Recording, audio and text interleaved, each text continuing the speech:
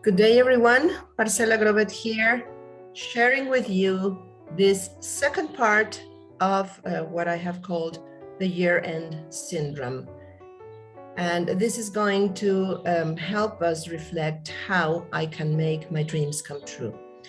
Now, if you haven't watched the first part, I strongly suggest, I invite you to watch it. On the first part, we walked through what is brain fog and what is the amygdala hijack. And most importantly, we also analyzed ourselves through a SWOT analysis, our strengths, our weaknesses, our opportunities, and our threats. So this part is really very important for us to understand this second part that I bring to you today. And so let's start right over to it. Okay, so what's the intention of today? Today, we're going to reflect about the differences between dreams and goals and to establish priorities on our actions in order to make our dreams come true. Now, the first thing that I would like to ask to you is if you have heard this term of languishing. And it has to do with, it's not depression, right? It's just that sometimes you feel like there's a lack of sense, there's a lack of sense of purpose, and there is no fulfillment in our lives. The simple pleasures have lost their meaning, and you feel sort of blah, they tell you, shall we go to the movies? What would you like to eat? Anything's okay. Is there anything you would like to do today? It's the same for me. That's the sense of languishing. It is a sense of stagnation, of emptiness. And now, this term was firstly used by sociologist Corey Keyes, and he said very clear that this is not a mental disorder, but it isn't either a state of well-being. So in this moment, COVID has threatened our society. It has left us with this sense of uncertainty, and we don't know what's going to happen. So it has contributed to our lack of direction. After all, I might be awfully scared about my future. If I will have a job next year, if I will have to go back to lockdown, if I will get sick, maybe my salaries are reduced. So it's been a challenge to adapt to the changes of this new reality. Of course, well, this is not only to say, okay, I feel languishing, but what can I do about it? This is the most important question that I want to bring today. What can I do if I feel a little bit like that? So it is very important that I try to take time for myself to do something that I can really engage to. In another video that you can find on my YouTube page, I have talked about the state of flow. So it can be any activity. It doesn't have to be a smart activity. I mean, maybe doing jigsaw puzzles brings me to this state of really engaging to it. Maybe baking or cooking this Christmas season, maybe I would like to, well, in my case, I would like to bake some cookies. So these kind of activities that I really feel involved in, and that they are a bit different from my routines, they are fantastic to try and overcome this sense of languishing. Of course, it is important to avoid distractors when we are multitasking, checking the cell phone every 5 minutes, checking if I have new WhatsApp messages or if I have more likes on my Facebook. That also is going to stop me from getting into this flow in the activity that I'm doing. if it's possible, avoid multitasking and frequent task switching. Sometimes, well, people think that it's fantastic to be multitasking, to write an email at the same time I'm on a phone call, and at the same time I'm checking some new information that I need for my job. Try to concentrate on one activity only, dedicate some time to it, engage into it, go into that activity. And as a matter of fact, these practices of mindfulness can be fantastic to stop this sense of languishing, because you are in the here and now, at least for some moment of your time. You feel tired, you feel in this sense of not wanting to do anything, of this emptiness. Go do some mindful exercises, concentrating on your on your breath, concentrating on what you are doing, watching, listening to. And the last one that I want to bring today here has to do with setting clear and achievable goals, because the sense of languishing, not having a purpose in life, not having a reason what to do things, sometimes it has to do because we don't have a clear goal. And let's recall a little bit what was this SWOT analysis, because I think that the SWOT analysis is the first part in order to get into this goal setting. So the questions that bring us to this SWOT analysis is, well, the basic questions are: who am I in this moment? Where am I standing in this moment? What are my strengths? What are my weaknesses? Which are my opportunities? And which threats are there in the outside world that may stop me from achieving my goals? Because I want, the question for my goals is, where do I want to go? That's very important. The screen that I'm sharing here for you right now refers to my SWOT analysis. These are my strengths. I know how the brain can learn best. I know that I am a self-learner and I love languages.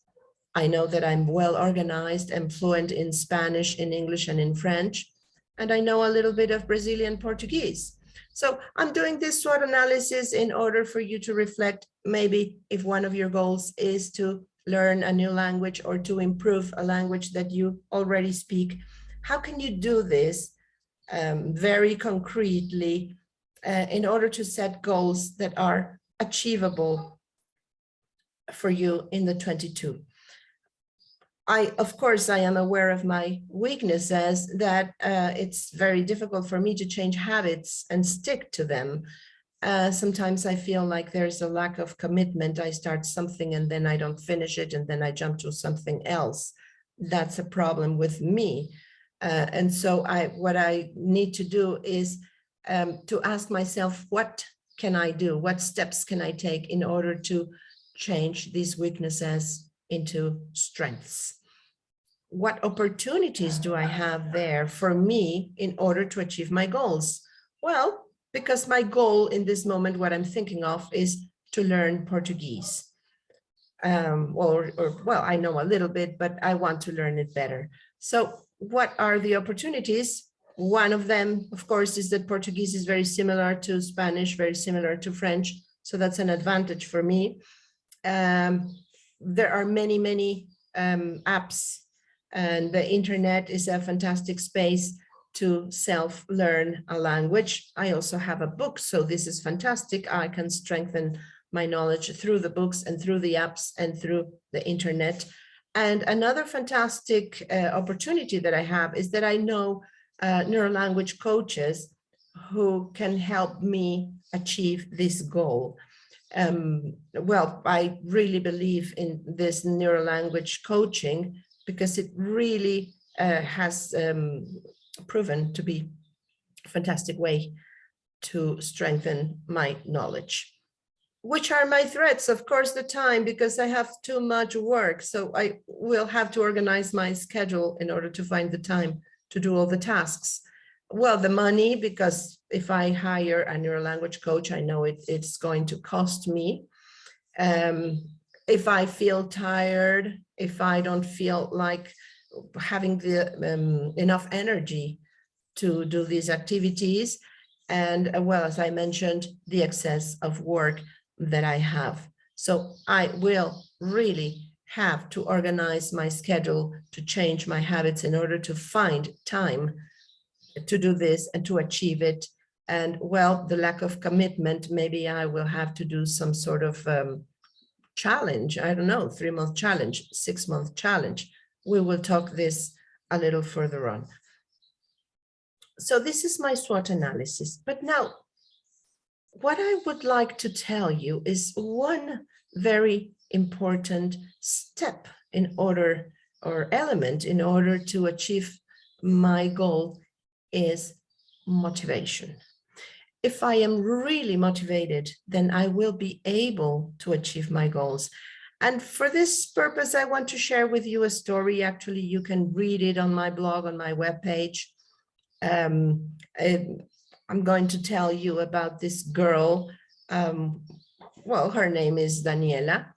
And when she came to me because she wanted to improve her English, going through this goal setting, I was exploring what really motivated her to learn English. Well, this girl worked on a cruise many years ago, and that's the way she learned English. Her English was quite rustic, we could say, because she learned using it and learning it not only from American people, but from Chinese and Indonesian, and I don't know how many other countries, people who were working on that cruise. But now she's working in another company, and suddenly, well, in the moment that this happened, she was working in this company and she was offered a promotion to the sales department, international sales department.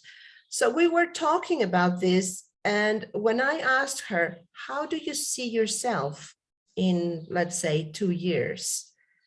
And she said, Marcela, I want to be on a cruise again. And this company offers, as a reward for people who achieve good sales, offers a trip on a cruise. So I want to be on that cruise, but this time I don't want to be cleaning tables or cleaning cutlery. I want to be there sitting and drinking some nice margaritas or whatever, enjoying the trip. And she told me in Spanish, ya me vi, I can see myself there. And I said, wow, this is really a fantastic motivation for you to achieve your goals. I'm not going to extend the story very much, but after some months, she gave this presentation why she wanted to go into this department, why she wanted to go into sales, and well, she got her promotion. When you have a strong motivation, then it's easier to achieve your goals. Now, I would like to ask you, what is the difference between a dream and a goal? You can see this image over here. What do you think? What do you think this woman is dreaming of? What's the difference? How can we say if something that we want is a dream or it is a goal? And just let me tell you that a dream, in my viewpoint, a dream is a realistic goal with a plan and with a deadline. I really want to do it. I know I can do it. I have a plan to achieve it. And there is a deadline. There is a moment when I have or when I want to reach it. So This brings us to establishing SMART goals. SMART is an acronym. It refers to specific, measurable, attainable, related, and timely. And so here we have 5 questions, well, 1 question to answer each one of them, that I would like you, if you have a piece of paper, to try to answer them. Think of a dream that you want to change into a goal. And well, you can stop the video anytime you want so that you can answer these questions, but think of it. This thing that you are planning to accomplish, what is it? Be specific. What do I want to do? Do I want to learn Portuguese? Do I want to improve my physical condition? Do I really want to lose some weight? Anything that you would like to set as a goal. What do I want to do? The next question refers to measurable. How will I know when I have reached it? Try to answer this question. Next question, is it attainable really? Is it in my power to accomplish it? Because sometimes we dream big, but it's not in my power to accomplish it. It depends on many other circumstances. Think of it. Is it in my power to accomplish it? Related is also very important. Is there a relation with other goals that I have? Why do I want to learn Portuguese? How does it relate to my other goals? And the last question, when exactly do I want to accomplish it? It's very important to set a time for it. Do you want to accomplish it in 1 month, in 6 months, in 1 year, in 2 years? It's fine. But set a time. Set a time when you are going to measure if you have reached your goals, when you're going to see if it was in your power to accomplish it, or if you will have to adjust some things. And the last question, and very important, what is the reason that I want to do that? And it refers, of course, to my motivation. What's the reason that I want to do that? Now, let me share with you also that there are some things to consider when you're going to set these goals. We are going to next move into the steps that I need to take to achieve my goals. But there are some things that you need to consider. What kind of activities do you like or you don't like? Which is your learning style or the activities that you enjoy doing more? How much time do you have?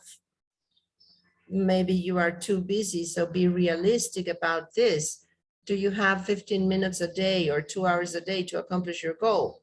Talking about myself, okay, I want to learn Portuguese, but really, how much time do I have? What other activities do I have to do during the day? So I have to be realistic, and I'm not going to think that I'm going to dedicate 1 hour studying Portuguese every day because maybe I don't find the time to do that. What are my monetary resources? Am I able to pay this neurolanguage coaching once a week, twice a week, 3 times a week? Do I have the money resources to download apps, the ones that are not for free, because usually the apps that are for free are limited. So do I have the money to continue paying these apps that will help me improve my language? Think about the space that you have to study it, to study or to practice the language. Also, do you have a quiet space where you can concentrate in order to really practice the language without any disturbances from the outside, so that you don't have any distractors from the outside? Think about mobility. Maybe you want to learn English, you want to improve your English, and then you want to go to a language institute, but it's too far from your home and you don't have a car and the traffic is terrible. And so maybe you start going there, but then you say, no, I'm wasting too much time on traffic and it's too far from home. What about the devices you have? Do you have a computer? Do you have a cell phone? Is it okay? Can you download these apps on your cell phone? And also think about the contacts that you have that can help you improve your language. All of these questions, I think, are very relevant for this moment. I'm talking about learning a language because, well, I'm a neuro-language coach, and I would like to mention all about this, about learning a language, because I frequently have people who want to learn a language who come to me, but then in the middle of the way, they find out that they don't have the time, or they don't have the money, or they don't have the devices to continue learning. All right, so let's continue with this process to get my to change my dream into a goal. Taking all of this into consideration, I will have them in my mind. Yes, my likes or dislikes, my learning styles, my time, my other activities, my money, my space, my mobility, my devices, and my contacts. Next step that I suggest you to do is to consider, well, to answer the questions, yes, so that we really know that this is a SMART goal. This analysis refers to myself. First question, what do I want to do? I want to be specific. So what do I want to do? I want to learn Brazilian Portuguese. I'm maybe not into a very fluent or a native level, but yes, going from B1, from A2, that I think I am right now, into B2, from beginner to intermediate, to an intermediate level. So what do I want to do? I want to learn Brazilian Portuguese. How will I know that I have achieved my goal? I need to know how I can measure my goal. Well, because I can understand somebody speaking Portuguese, whether it's a real conversation or a YouTube or a video or a movie or something like that. And if I am able to answer to this person, to have a real conversation, if I'm able to think in the language, and by this, I mean that maybe during the day, I find myself making sentences in my brain when I'm cooking, when I'm doing other activities. I know that I am thinking in Portuguese, that I am building sentences in Portuguese. Is it in my power? I think, yes, it is in my power to learn it, because I really want to do it, and because there's nothing or no one stopping me to do that. Is it related to other goals? Yes, definitely it is, because as a neuro-language coach, I also want to check how the brain learns a language, and also to be able to be fluent in Portuguese in order to get coachees from Brazil or other countries. And when exactly do I want to accomplish this, going from a basic level to an elementary level or basic level into an intermediate level? I want to accomplish it in 6 months, let's say from January to June. In June, I'm going to see if I was able to improve my Portuguese. What's the reason? As I mentioned, what is my motivation to do it? Well, yes, for fun, because I like languages, because I like Portuguese, because I like Brazilian music, I like Brazilian culture, to have the opportunity to teach English and Spanish to Brazilians, and also to challenge my brain to learn something new and stop feeling this sense of languishing, that there is no other purpose in my life but just to work and teach and teach and teach. These are my answers to the questions. So take your time, reflect on that, and answer the questions. If you want to stop the video, it's fantastic because we're moving to the next step. And the next step refers to how am I going to prioritize my activities in order to get where I want to get. What am I ready to do to achieve my goal? Now, this thing that we're going to do right now is very important. I would like you to think on, let's say, 10 activities that you're ready to do to accomplish your goal. I will show you in short what 10 activities I considered that I could do. And for each of these activity, I want to give them a number. What is the effort that this activity is going to mean for me? I'm going to give them a number, being 1, it's a very low effort, it's easy for me to do, and 10, if it means high effort, requiring maybe more time, more energy, maybe more changing my mindset, that would mean big effort. And on the other hand, the same activity, I need to prioritize them from 1 to 10, 1 being low impact. How much, what profit is it going to give me? Is it low impact? Nothing really changes or very little changes, or is it high impact? Maybe it changes a lot. Maybe it gives me a lot of profit in what I am planning in doing, in performing this activity. Now, every person is different. That's why one of the things that we have to consider is our learning styles, our time, our routines, other people around me, and so many other things. Every person's priorities are different. Which are the activities and how did I prioritize them?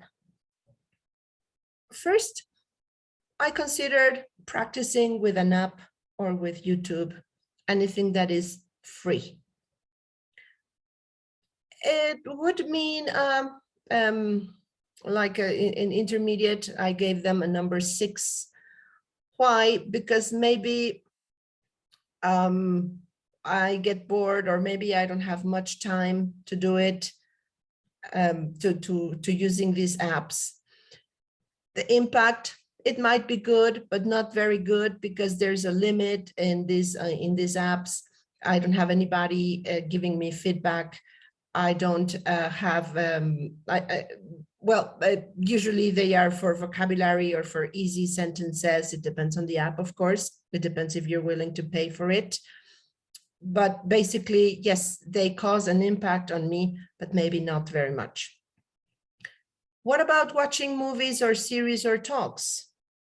Maybe it is a lower effort because instead of watching series at night in English, which I usually do, I try to find series which are in Brazilian Portuguese. This is my relaxing time. My brain is calm, maybe a bit tired, but my brain is calm and I can listen to the language and maybe it will give me a bigger impact. I can also use my dead times sometimes, like when I'm having lunch, instead of listening to music or instead of doing other things, maybe I can listen to some talks in Portuguese and it will help me improve my language. What about listening to podcasts or radio? Effort is 4 because maybe I just turn on the radio, maybe I just turn on the podcasts. But sometimes if I'm not concentrated on that, the impact is not going to be very much because I'm distracted. My brain is distracted. I'm doing other things. I'm not fully concentrated on that. Yes, I'm listening to the language. Yes, my brain is getting used to the sound. So there is an impact, but not a very big impact. studying with a book, doing mind maps about grammar, about vocabulary. This is the way I like to study. When I study, I not only just fill in the blanks or check the grammar in the book, but I also like to move it and to analyze a bit, and doing mind maps. The effort is going to be big because it will mean half an hour at least, or 1 hour of full concentration doing this activity. And I know that the impact is going to be big because my brain is going to be analyzing the structures and getting them then to be practiced. Meditation, relaxation in the morning, in the evening. I usually like to play some relaxations or some visualizations before I go to sleep or early in the morning. And usually I play them in English. Sometimes I play them in Spanish. I can switch them to Portuguese. The effort is not going to be very high. I'm going to relax listening to this thing. The impact, I'm not very sure what impact it's going to cause on me. Maybe it's big because in these moments, my brain waves are going lower and my brain has a bigger capacity to absorb the knowledge, but I'm not very sure because maybe I fall asleep in the first 5 minutes and then I don't remember anything. This is something that we will have to discover. What about taking learning sessions with neurolanguage coaching? In my case, I think that it would be fantastic if I could do that. The effort will be big because I have to make up room in my busy schedule to find a neurolanguage coach. And of course, it means paying for this neurolanguage coach, but maybe I can do it only once a week just to review what I have learned during the session. So maybe the effort is not, economic effort is not going to be so high. The impact, I think it's going to be fantastic. I gave it an 8. Why? Because I'm practicing, because I'm asking doubts, because the neurolanguage coach is going to help me get where I want to go and practice the language. Practice with someone else. I don't mean neurolanguage coach. Practice with someone. Maybe in this moment it's not very important, or I cannot do it because I don't know anybody from Brazil where with whom I can have a friendly conversation. Maybe I can go and find somebody on Facebook or any other social media to start having friendly conversations with Brazilian people. Maybe the impact right now is not going to be very big because I'm so afraid of the language that I'm not speaking fluently. And if the person is not a teacher, maybe they're going to confuse me a little bit more, or I'm going to feel stressed because I'm not producing the language the way I should. That's why I gave a 4 for impact. To change settings in my devices. I have heard many people who go and set their settings instead of having everything in Spanish in their computers or their cell phones, they switch into English.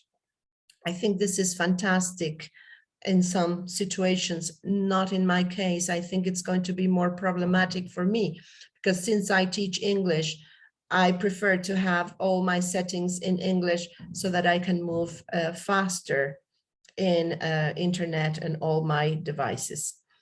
What about reading? Reading, I know that it is fantastic to improve languages.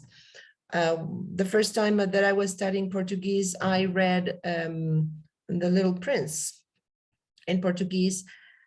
It's a story I know. It's a story that I have read in English, in French, and in Spanish. So let's say that I know it. I listened to it and I read it in Portuguese, and it was really fantastic. Reading gives you a lot of vocabulary, gives you structure. You're seeing the language. Your mind is analyzing how it is built. So I think it is fantastic reading, maybe a novel, maybe short stories. So the effort is going to be quite high because I need time to do it, to really concentrate on that, not multitasking or anything like that. And the impact, I know it's going to be quite high. And finally, writing sentences or writing texts. I can do it. Yes, I like writing. I'm going to do these mind maps, but also writing like a diary or something. Today I did this, this happened to me, I would like to do that. And all of these kind of situations where we start writing in a foreign language. The effort is middle, because maybe I only take 5 minutes before I go to sleep and write 2 or 3 sentences, or in a certain moment, I write 2 or 3 sentences. And the impact, I know it's going to be high, because it is producing a language, analyzing it, taking my time to produce the language. So these are my activities. This is my prioritization of activities. This is how I did it. I invite you to do this practice, to do this analysis on your own activities, the ones that you want to do in order to achieve your goal. It doesn't matter if it's not learning a language, if it's something else. Just think of 10 activities or so that you can do in order to achieve the language. How are you going to move there? What is the effort that it means, that this activity means to you? And what is the impact that it will cause?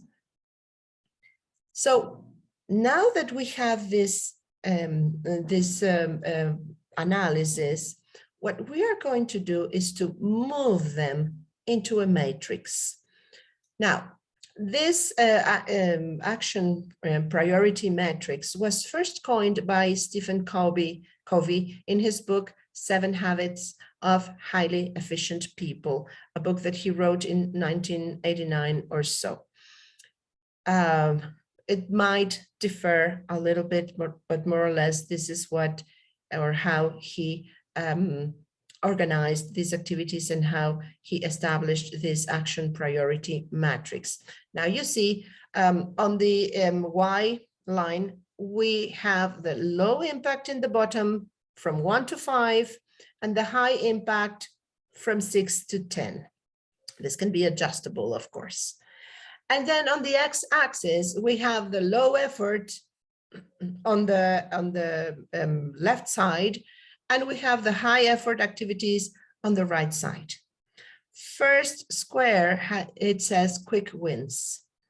Those are the activities that will cause low effort, but even so, they will represent high impact on my learning. On square number 2, we have those activities which are considered big projects. I cannot accomplish them in 5 minutes. It means high effort. It means time from me. It means maybe resources, other kinds of resources, but they will cause high impact on my learning. Number 3 are the filler tasks. Those are the activities that I can do in 5 minutes, in 3 minutes, very shortly. They cause low effort and they might cause low impact. But I have to be aware of this, and maybe, yes, I still want to do these filler tasks because they are small activities that I can do anytime, any moment, any place. And number 4, these are the hard slogs. Hard slogs refer to those activities that, even though they cause high effort, they might not give me big rewards. They might not cause big impact. So these kind of activities, I can consider them out of my priorities, or I can consider them as something that can be postponed for a later moment when I can get use of them and they really will cause bigger, higher impact. And so how did I prioritize my activities? Remember that we have given them numbers 1 to 10 for effort and 1 to 10 for impact. So I'm going to use these numbers and place them in the boxes where they correspond. How did I do this? This is how I placed my activities in these boxes, which are going to be my quick wins, things that I can do quickly with low effort, but still they're going to cause high impact. I will practice with apps and YouTube. I will watch movies or series, and I will write sentences or texts. Now, the ones that I also consider very, very important, because yes, they are high effort, but yes, they have high impact. My major projects, study with a book and doing this mind mapping to really analyze the language and get the mechanical part of the language. I am planning to take learning learning sessions with a neurolanguage coach, because this will be my moment where I can ask questions to my neurolanguage coach, where she can solve doubts, where I can practice the language, especially to master the language, to let my performing brain use the language and not only have the thinking brain studying the grammar concepts or trying to memorize vocabulary or stuff like that. So I'm really going to use the language with my neurolanguage coach, and I will feel comfortable with him or with her because I know that she is prepared to help me move forward and to answer my questions, my doubts. What am I planning to do also? To read a novel, to read short stories, because I know that reading is really advantageous for me, and I love reading. So this is something that I can do, and it will mean maybe high effort because I would have to take 20 minutes, 30 minutes for reading something, but it will be with a high impact. Which are going to be my filler tasks, these little things that I can do in short moments, but maybe they are not going to have a very high impact.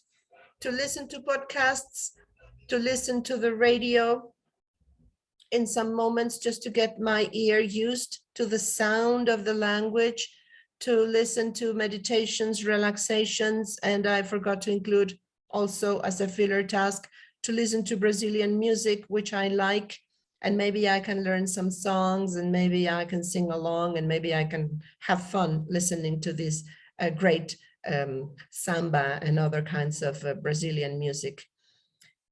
And now about the thankless tasks. What about this?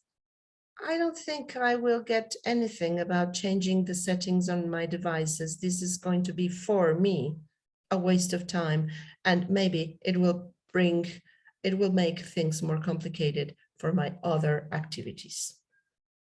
And practice with someone, maybe not in this moment.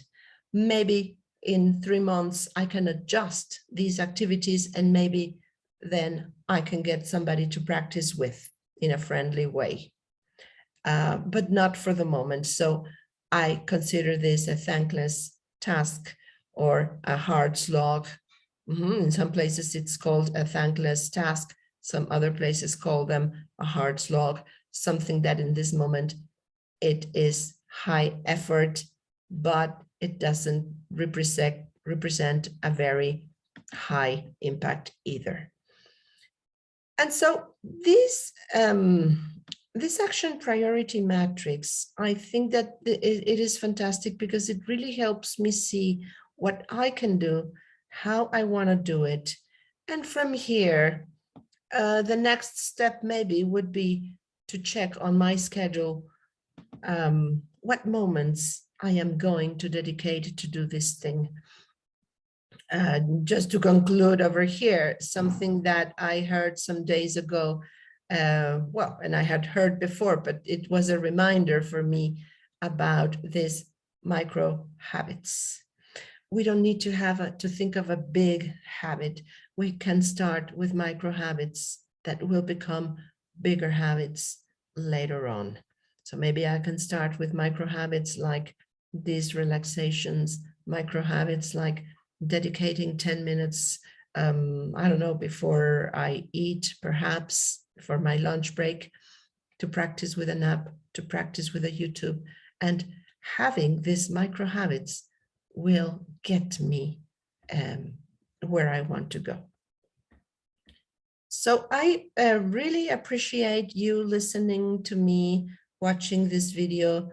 I just to conclude this, thank you with all my heart. I hope you have a very nice end of year, that you can set your goals for 22, that everything is fantastic for you, for your family, in your life. We keep health, that we keep health and well, that everything that we wish. These workshops, I just want to remind you that these workshops are available also. If you would like me to give these workshops live or online in a company or a group that you decide to form, I can take you step by step in order to accomplish your goals for the next year, for the next period. You can find me in Facebook, in Instagram, different social media as A-Learning MX, and my webpage with more information. You have it over there in the screen. Please feel free to share this video. Please like the video, and remember to follow us on YouTube, on Instagram, on Facebook, so that you know more about all the workshops that we give. Thank you very much, and happy end of the year. Happy New Year.